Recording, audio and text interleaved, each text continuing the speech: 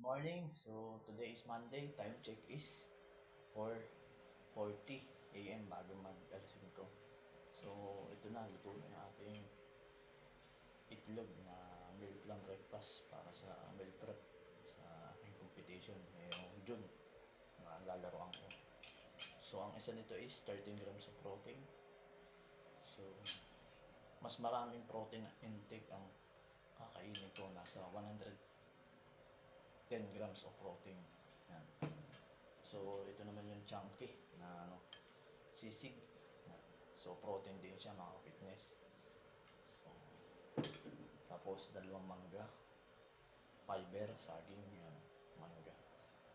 So, pansin nyo, hindi ako naka-rice. So, mamaya mag-rice ako para sa aking carbs. So, isang kanin lang yung kakainin ko mamaya. So, wala pa dito mga fitness yung aking kamote. Yung kamote sa yung carbs. So, carbohydrates. So, mas tinataasan ko yung protein intake ko. So, ang goal ko nga is nasa 110 grams na protein intake, then 80 grams sa carbs, tapos sa fats, mababa.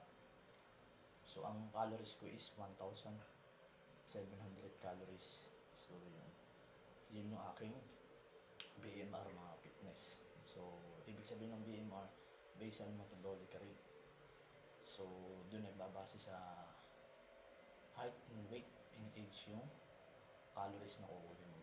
So, kung paano magpa-bulking, kung paano magpa-cutting pace. So, naka-cutting pace ako ngayon para sa competition. So, 20 days na lang. So, malapit na yung laro ko mga fitness.